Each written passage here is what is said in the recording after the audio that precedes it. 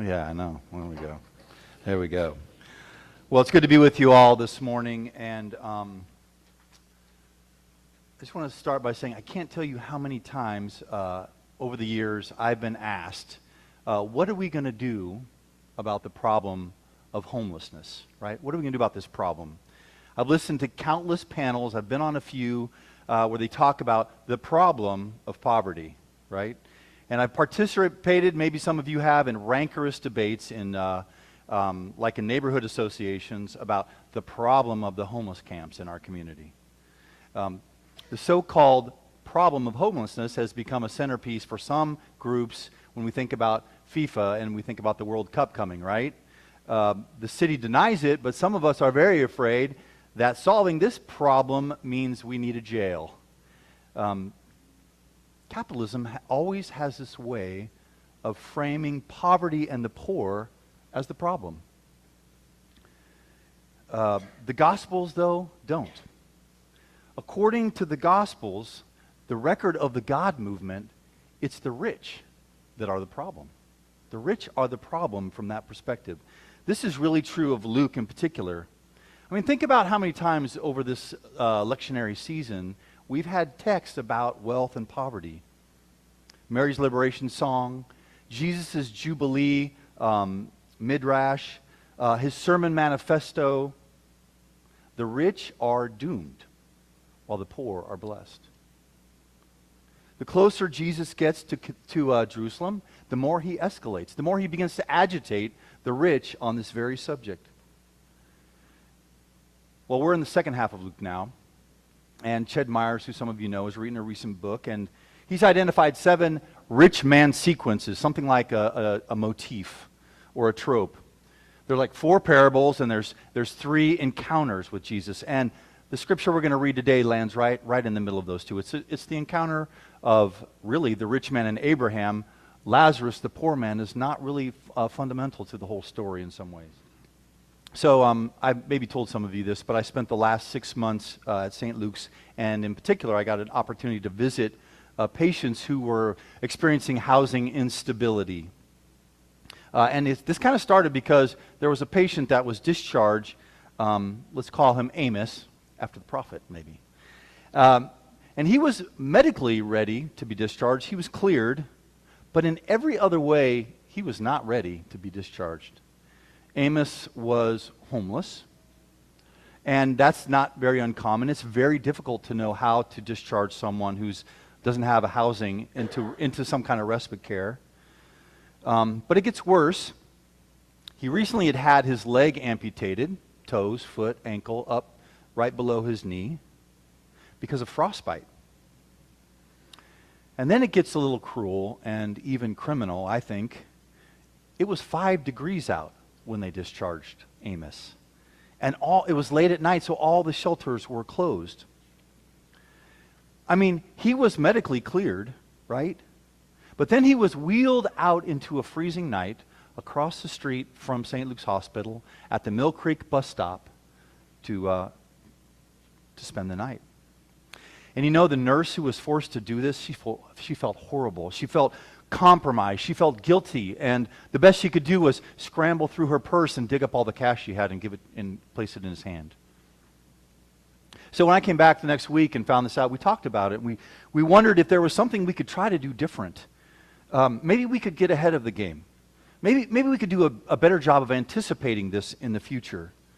And so we started looking for unhoused patients sooner in their stay.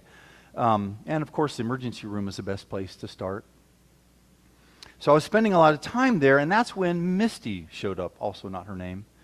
And I was in a hurry this morning, and I just glanced at her chart, and it said paraplegic with maggots in her sores, right? Cleaning maggots out of her wounds.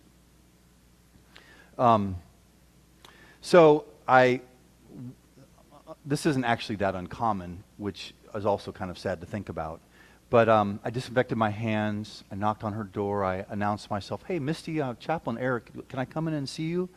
And as I pulled back the curtain, I didn't expect to see what I saw, this beautiful a young adult African-American woman, I don't know, maybe she was 26. And she's sitting straight up in her bed, and her eyes are bright, and she has the fullest smile, and she's on her phone, and she's saying, "Hold on a minute, Jackie, the chaplain's here to see me." I mean, she just didn't fit what I was expecting to see. I've been around unhoused folks for a long time. Her age, her glow, her presence, her togetherness, how she held herself. And how does somebody like this end up outside in a wheelchair with a maggot-infested wound?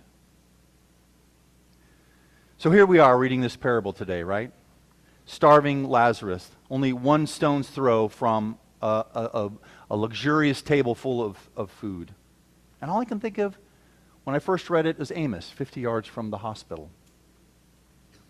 And when I hear this grisly description, which is really intended to highlight the pain that Lazarus is experiencing, I mean, Misty comes to our minds, right?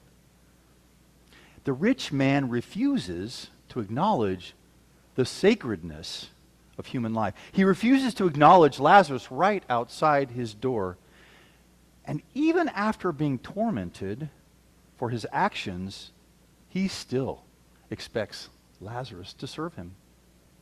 In death, he still thinks that he has the power and the control that he used to exploit in life. Nothing elicits some kind of remorse or confession of sin. Well, Holly talked about this last week. We may have a very different economic system than Luke, but we know our system by its fruits, right? And if the fruit of our system has maggots, then something's wrong. How billionaires live their lives matters. It matters to their soul, and it matters to our world. Trump has damned himself. Bezos and Zuckerberg and Buffett and whoever you think of, they've had lots of chances to get the message.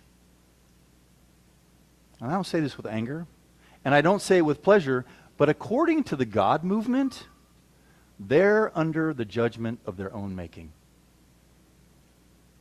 I mean, this parable is clear. The 1% will not be converted. Their damnation is born of their cruelty, and it kind of implies that God can't even save them from themselves. Well, I've never preached a sermon on judgment before. So if you're anxious, listen to the prophet Jesus. Listen to Moses, to the entire prophetic tradition. If the cruelty of our system of capitalism, if the current oligarchy that's ruling our lives and struggling and frustrating our daily existence makes you angry, know that they've damned themselves. Dorothy Day said, "This is the problem with our dirty, rotten system. The exploitation has proven itself unrepentant and unredeemable." Jesus, the peasant prophet, speaks truth to power. He proclaims it as a divine word. And I believe, or I'm coming to believe, I'm thinking about more these days, that naming evil in this way, maybe that unleashes some divine power that begins to unravel that evil when we can't figure out how we're supposed to do it. I mean, let's not run past this parable too fast. Let's not soften the harshness. Maybe we just sit with these prophetic claims for a moment and speak them ourselves out into the world, that more of us that speak them, maybe the more that divine power will begin to take hold. Because there is a claim for a reckoning.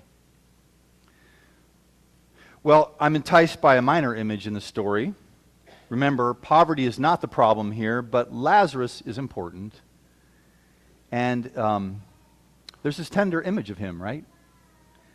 Here he is on the other side of his suffering, reclining in the lap of the great patriarch Abraham. His head is resting on his chest. He's no longer thirsty or starving. Amos's frozen body is warmed and healed. Misty's safe and welcomed and embraced. And this tenderness really, it touches me, right? And we're reminded that the other half of Luke's message, blessed are the poor. It's good news to proclaim that God is in solidarity with human suffering. That is good news. That is the good news that we have to offer. And it's good news that this blessing welcomes all of us, invites all of us into deeper solidarity with that. we can find inflection points where we can pursue deeper humanity, deeper mutuality. If I want to know divine love, Luke says, I will find it when I connect with somebody else's struggle. That's where I'll experience it.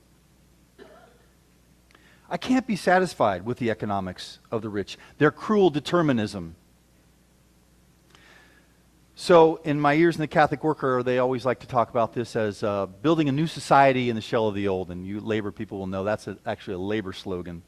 As we rally at No Kings protests, as we get signatures for gerrymandering, as we fight against gun violence, as we join our immigrant sisters and brothers during raids, ICE raids, let's denounce what we are against, absolutely. Let's also find space in our lives to say what we are for. Experiment with alternatives. Put dreams into practice. Explore economic practices that don't fit in the shell of the old. Maybe that help it fall apart a little bit. Maybe it's a collective or a cooperative or investing in some kind of alternative market. I feel like I'm just getting to know some of you, and I've enjoyed cups of coffee with a few of you. I've heard in your stories, I've heard in your work, in your relationships, in your vocational life, amazing and creative examples of this. Of ways that we can commit and prove that the God movement is alive and well. This is why I needed the Catholic worker. I needed it because it was a double dog dare to learn how to relate to money and resources and each other in new ways.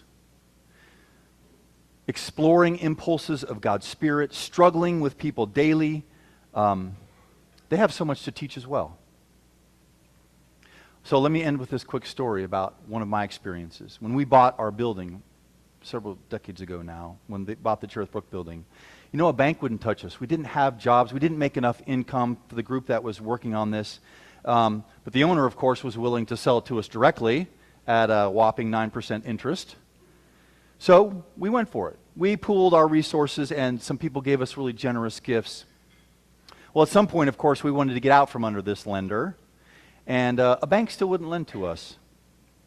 So we reached out to our community of friends, and we asked for some micro loans, and we said, hey, leave off the interest if you don't mind. That would really be helpful.